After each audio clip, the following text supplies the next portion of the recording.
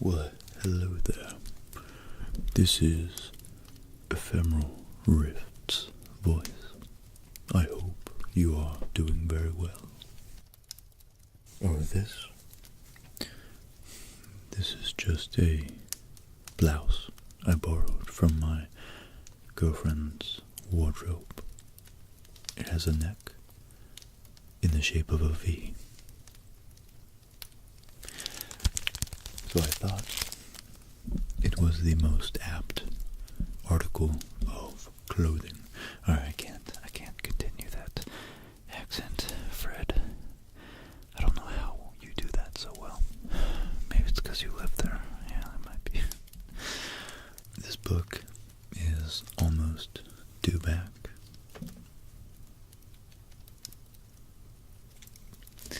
And anyways, it's just so packed full of really cool information, so I just wanted to take another whack at it. And there was something about Shakespeare, something about Columbus, something about, here we are, Napoleon, and just some general interesting perspectives about history. So let's find out.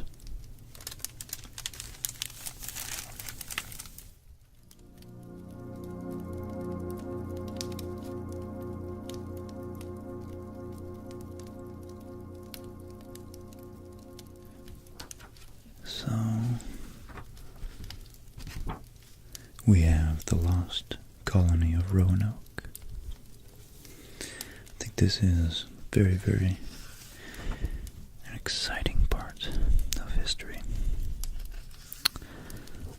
And we have another adventure in the New World. So I'm going to read this and then perhaps get to Roanoke. So, God, there's just so many different bits of this book. I really didn't know which way to go. So, I think this is the most interesting one at a glance. In 1587, a colony of 123 English men, women, and children was founded on Roanoke Island, right there, in Virginia. And 3 years later, their settlement had disappeared without a trace. So we're uncovering a conspiracy that killed the first English settlers in America. The lost colony of Roanoke. Now, one historian believes that they were the victims of an English court conspiracy led by one of the most powerful men of that time. The sad account of an English seafarer and artist, John White, is the primary source for piecing together the events that doomed the colony of Roanoke. White was the governor of the first English colony in America, which was established on Roanoke Island. It was to be named Raleigh, after the expedition's sponsor, Sir Walter Raleigh.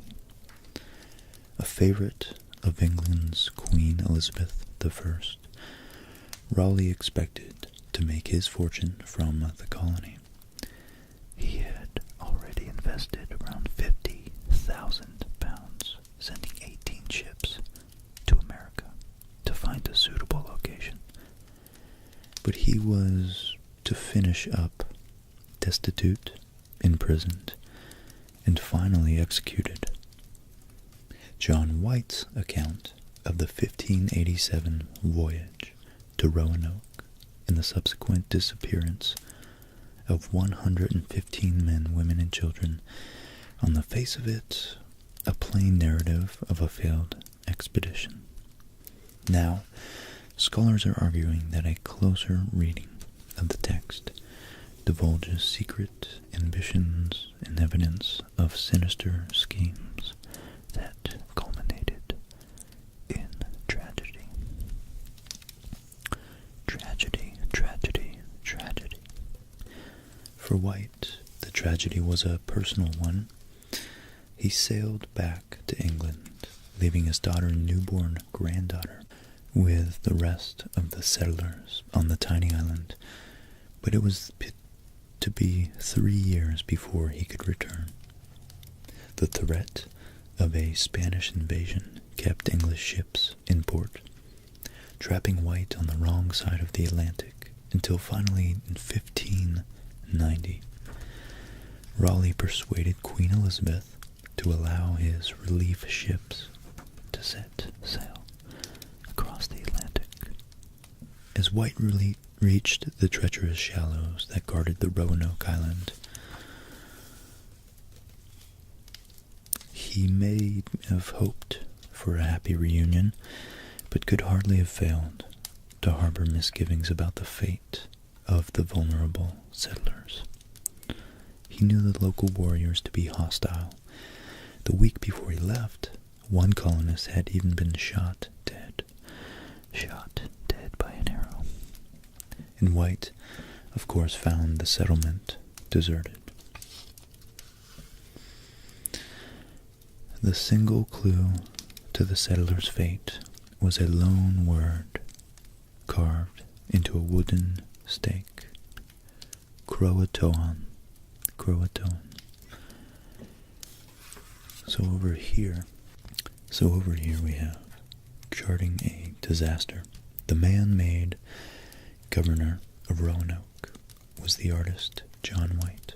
He had mapped the coastline on an earlier expedition, indicating Roanoke Island and Croatoan, both circled. Chesapeake Bay is at the top of the chart.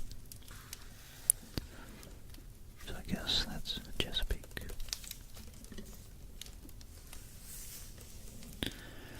An enduring mystery. Roanoke was meant to be the first permanent English colony in America, 33 years before the Pilgrim Fathers set foot in the New World.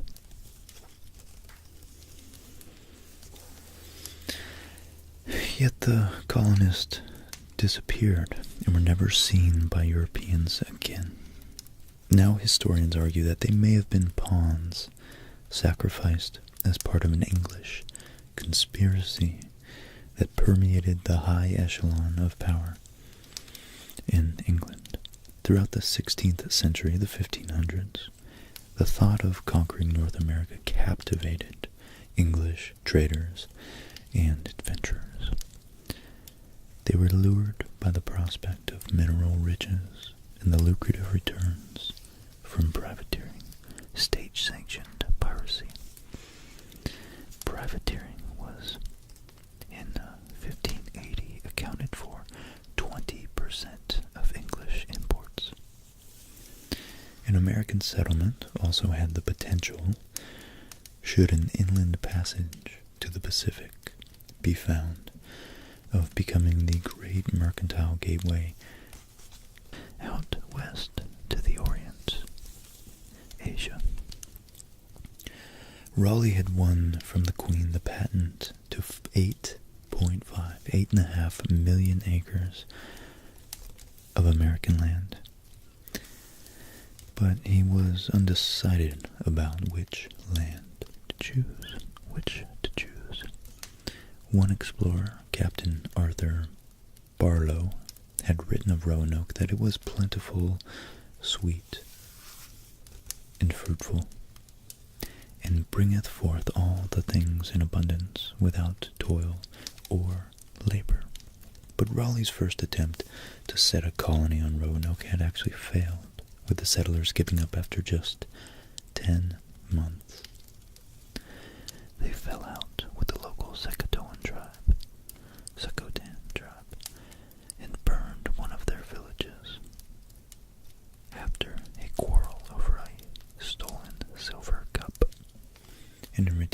expedition, the Native Americans withdrew food supplies, forcing the settlers to hunt for crabs.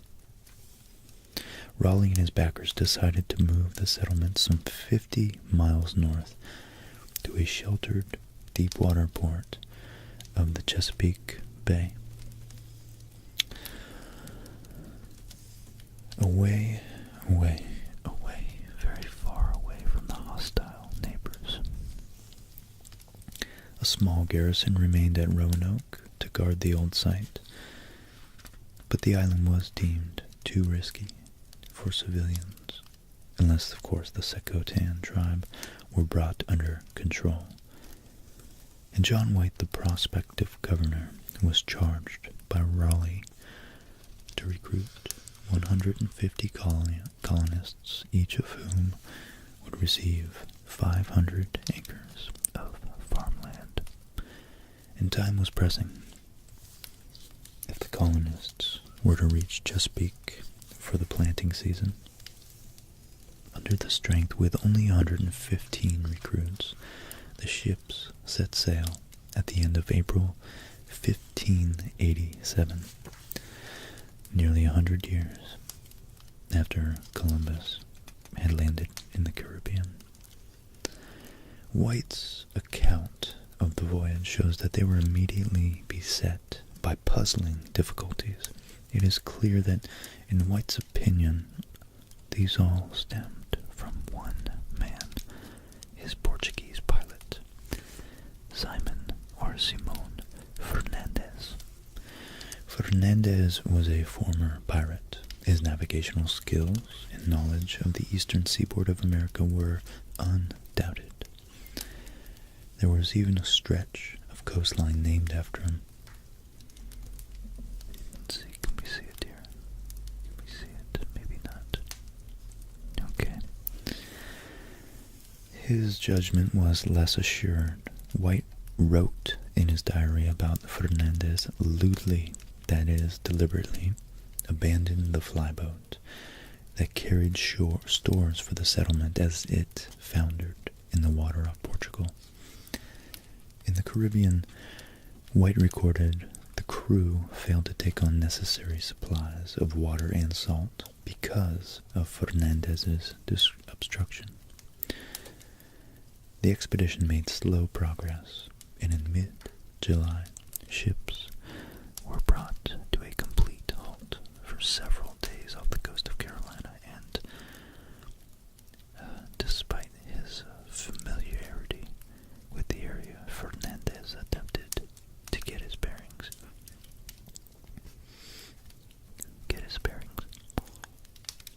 White wrote that such was Fernandez, his carelessness and ignorance, that he nearly ran the boat aground on the Cape of Fear.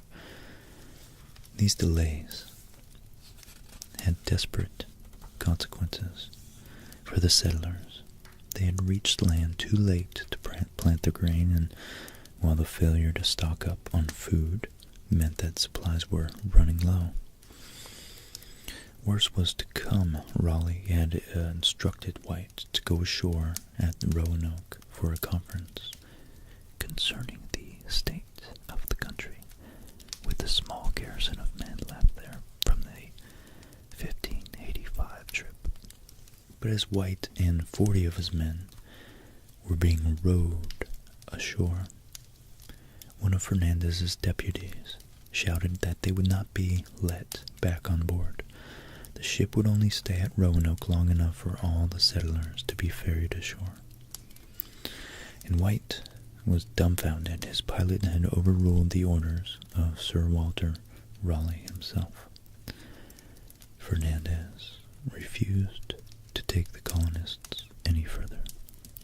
He said he was too pressed for time. They were to be marooned with insufficient supplies and unseasonal conditions in a hostile territory near local inhabitants, near the original Roanoke settlement was the village of Pomeoke, populated by the Secotan Indians. At first, relations were good, and there was trading between the two groups, but the peaceful accord was short-lived, very short-lived. And down here it says, false. The potato was not introduced to Europe by Walter Raleigh. It grew only in South America at that time. So Raleigh would not have found it growing in Virginia. So alone and with their only source of advice, support, and protection, the garrison at Roanoke, the settlers' next discovery was a chilling one. All that remained of the 15 soldiers that were previously there were bleached skeletons. The Secotan had exacted a terrible revenge for their destroyed village, and the colony's salvation appeared only with the late arrival of their next flyboat, carrying surplus provisions. The settlers decided to send White back to England on the ship to seek assistance for their predicament. Now, Fernandez's ship's log, meanwhile, shows that he idled on the American coastline for 36 days, easily enough time to take the colonists to Chesapeake Bay.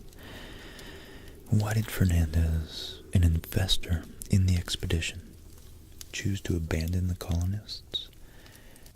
The answer appears to lay across the Atlantic Ocean.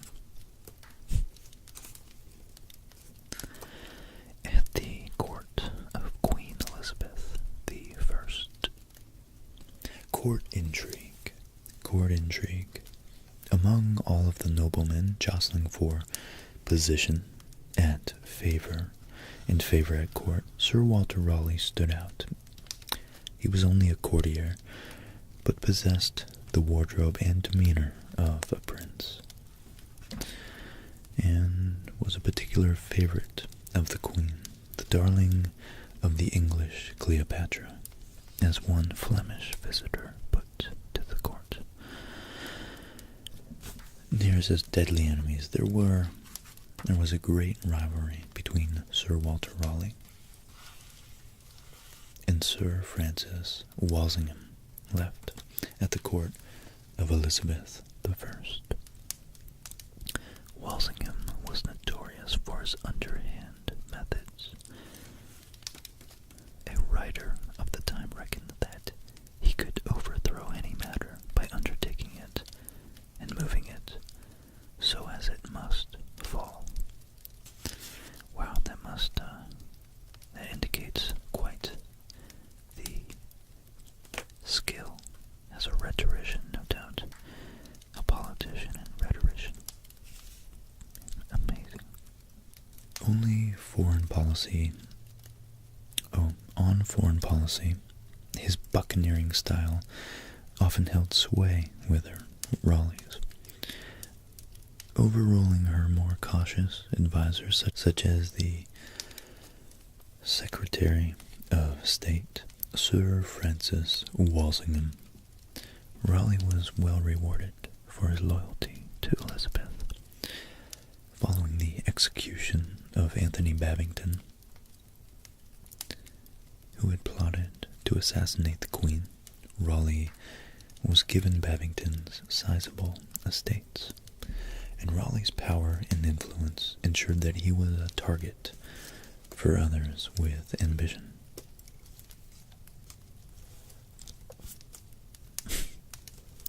Pencils going everywhere. Few men had the power to organize Raleigh's downfall, but one certainly did. Sir Francis Walsingham. Hello there.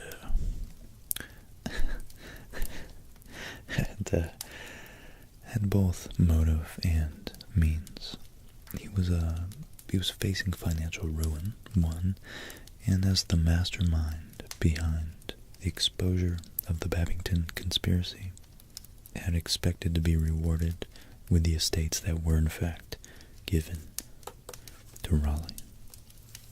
Walsingham knew that the Roanoke settlement was Raleigh's long-held dream in his weakest spot. Its failure would lead to his ruination. American historian Lee Miller has argued that the loss of the colonists stems from Walsingham's plot to bankrupt Raleigh and take the land titles for himself. And Miller found evidence of a vital connection between Walsingham and Fernandez.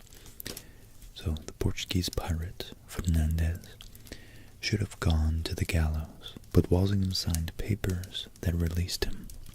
Could Fernandez have repaid this debt by sabotaging the Roanoke colony in order to ruin Raleigh? John White's diary certainly suggests dark purposes at work.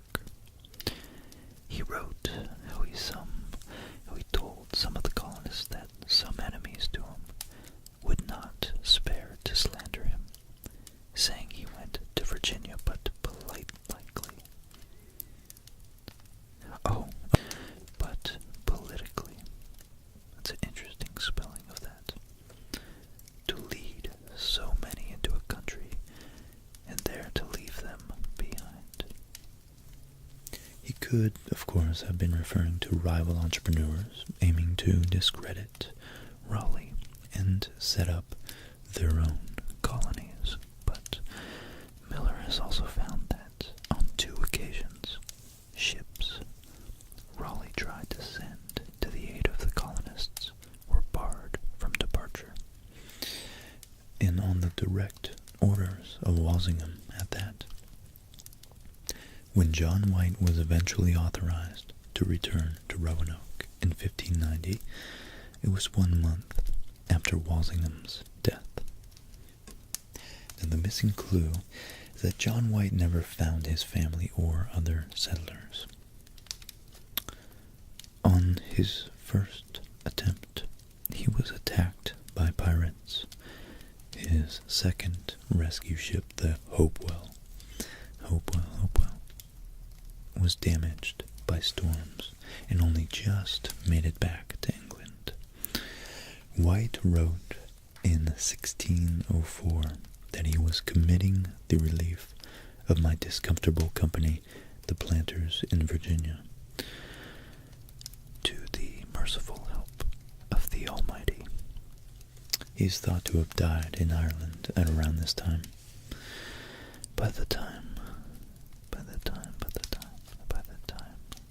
there had been 5 rescue missions, all of which were unsuccessful. Raleigh was running out of money.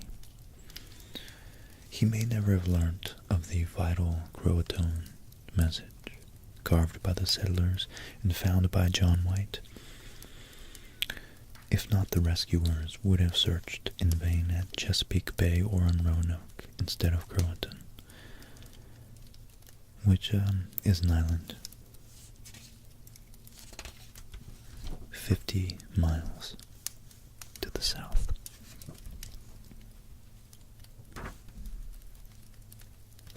Okay, so Raleigh's legal right to the title of the land was in jeopardy. It depended on having settled a permanent colony within 7 years. As the former favorite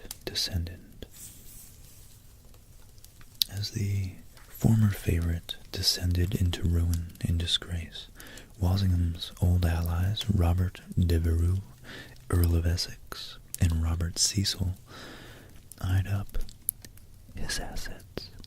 Following the death of Elizabeth I, the new king, James I, was soon convinced of Raleigh's disloyalty. He was tried for treason and imprisoned in the Tower of London in 1606. Soon after, his land title was won by Robert Cecil, along with these two men, responsible for the charges against him. The Attorney General Sir Edward Coke and Chief Justice Popham. So, epilogue to the mystery. It was reported that in 1608, the chief of the Powhatan tribe had told settlers in Jamestown, Virginia, that the Roanoke survivors had been slaughtered. Historians now suspect this was a trumped-up charge against the Powhatan to justify violent incursions into the territory. Then in 1701, the English surveyor John Lawson wrote of an unusual group of light-skinned American Indians he had met on the dunes of Croatoan. The dunes of Croatoan Island. As far as he could comprehend, several of their ancestors were white and could talk in a book as we do. Could the settlers have survived to be the first European colonists in America after all? That mystery is one that may never be solved. The Roanoke settlers may have been massacred by the American Indians, or they may have integrated into one of the tribes that John White painted a decade before their disappearance.